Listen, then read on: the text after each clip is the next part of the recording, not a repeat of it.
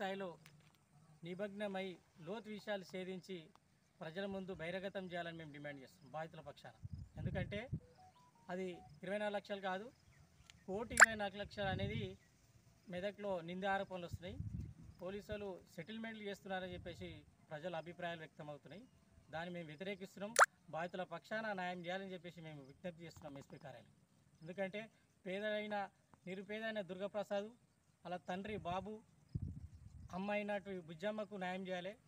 వాళ్ళ ప్రమేయం లేకుండా అలా నిరికించే ప్రయత్నం చేస్తున్నారని చెప్పేసి, కుట్రలు జరుగుతున్నాయని చెప్పేసి మాకు వచ్చినటువంటి సమాచారం మేరకు ఫిర్యాదు చేయడం జరిగింది.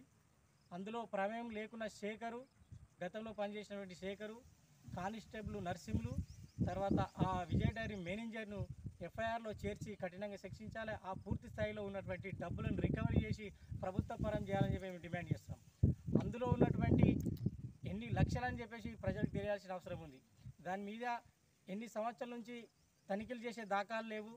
అక్కడ కల్తీ పాలా, లేకపోతే ప్రజల జీవితాలతో చెలగాటమయ్యే కల్తీ పాలా, లేకపోతే పౌడర్ పాలా, ఏ పాలా అని చెప్పేసి పూర్తి స్థాయిలో ఇలా లేబర్ డిపార్ట్మెంట్ కూడా ఎక్కడ కూడా అక్కడ తొంగి చూసే దాఖలు లేవు.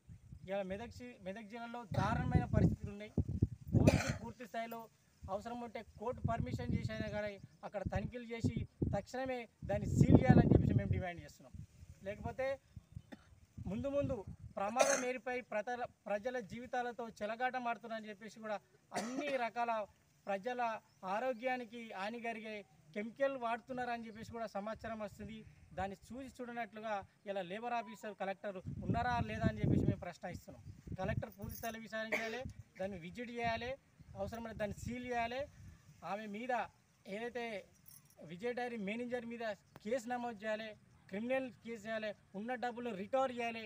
గతంలో ఎన్ని కోట్ల స్కామ్ జరిగిందో ప్రజాధనం అని చెప్పేసి మేము నిరూపణ చేస్తున్నాము. ప్రజాధనం అది ప్రజల ధనాన్ని ప్రభుత్వ పరం చేయాలని డిమాండ్ చేస్తాం. లేని పక్షంలో బాధితుల పక్షాన దళితుల సంఘాల తరఫున పెద్ద ఎత్తున జిల్లా కేంద్రంలో ఉద్యమాలు ఉధృతం చేసే క్రమంలో జరగముందే ప్రమాదాన్ని పసిగట్టి ఇలా పోలీస్ యంత్రాంగం తక్షణమే దాని చర్య తీసుకోవాలని చెప్పేసి మేము విజ్ఞప్తి చేస్తున్నాం, డిమాండ్ చేస్తున్నాం.